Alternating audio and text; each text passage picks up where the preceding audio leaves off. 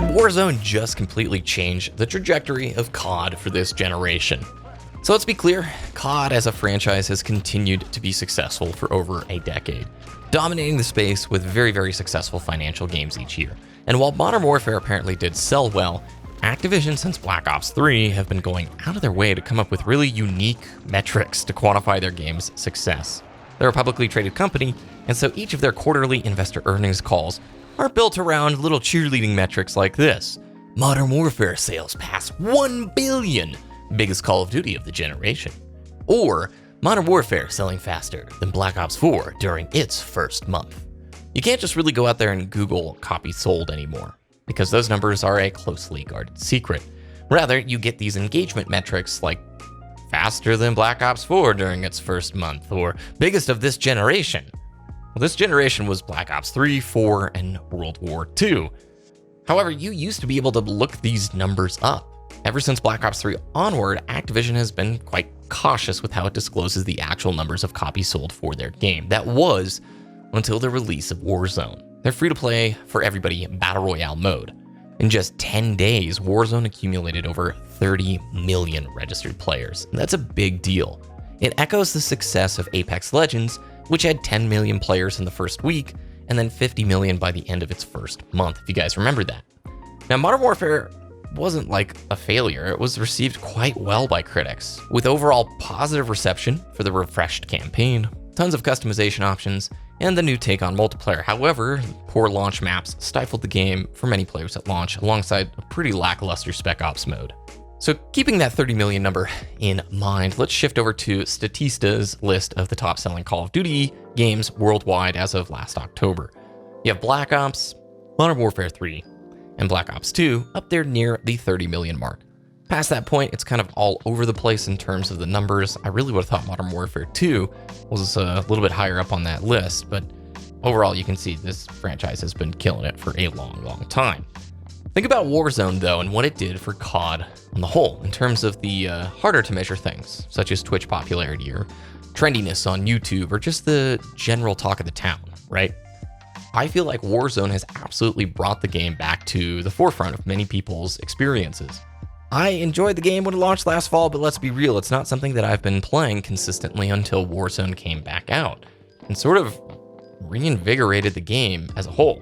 So I think I'd want to do a little bit of a hype check. This last weekend was a free-to-play weekend. You could play the base multiplayer with your friends and give it a shot.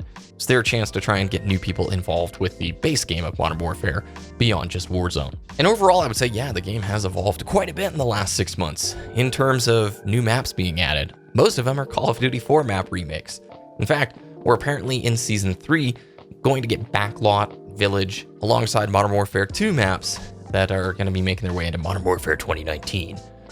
And guess what? Those old maps play way better than the vanilla maps within Modern Warfare 2019. The game is fun. It's got great customization, so many options for you to personalize your setup, a really fun gunplay system, and the sandbox overall is pretty darn enjoyable.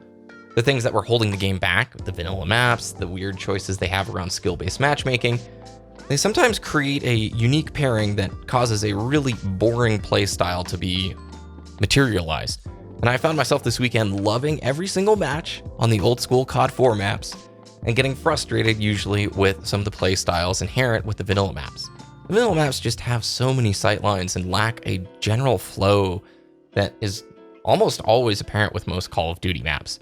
Look, the 3-lane design has been analyzed to death over and over again, but there's a reason why it's utilized. There's a certain level of predictability and enjoyment that comes out of it. I'm not saying that you can't have some outliers within the pool, but for the most part, the vanilla maps just never really resonated with me.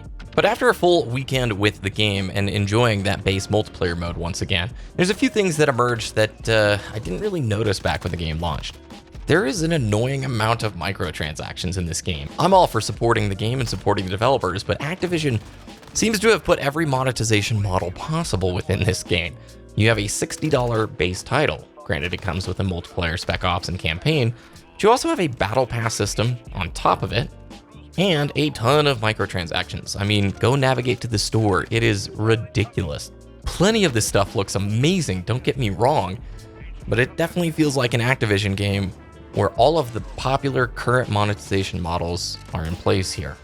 It's hard to not see this game dropping down to like $30 or $25, at which point I feel like 6 months later, no brainer, go for it, but it still hovers near 60. It was 45 for this weekend for the PC side of things, which is what I'm talking about here. So then let's shift back to, is this the future for FPS games, and did it transition or absolutely transform the trajectory of this game?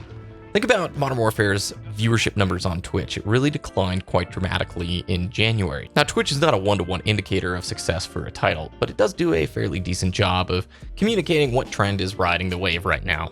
And sure enough, Warzone has absolutely pushed COD back to the forefront of many players' libraries. Without Warzone, I think that Modern Warfare probably would have just remained sort of this periphery release, a strong financial title for Activision, but not something that was at the forefront of the gaming news industry's attention right now. Is this the future though? Is this what's ahead for gamers? This kind of model where the Battle Royale mode is just a part of a larger experience and in many ways can infuse a whole new level of energy into an already released title. We've seen other competitors try it within the space, like Battlefield 5. Didn't really work out as well for them. Firestorm never really caught on the way that Warzone did. But it definitely seems like a unified experience with a unified player base is the future moving forward for these large FPS releases. I will never get over the fact that I can play with Xbox and PlayStation 4 players while on PC. That is a fantastic thing, and something that is definitely the future. Obviously, keeping the player base unified on a single game is probably more beneficial from the monetization side than it is anything else. Look at Modern Warfare 2 Remastered not having a multiplayer mode. They specifically cite that they wanted to keep the player base united on Modern Warfare 2019. They just had this massive, successful Warzone launch, right? Where's their monetization efforts placed right now?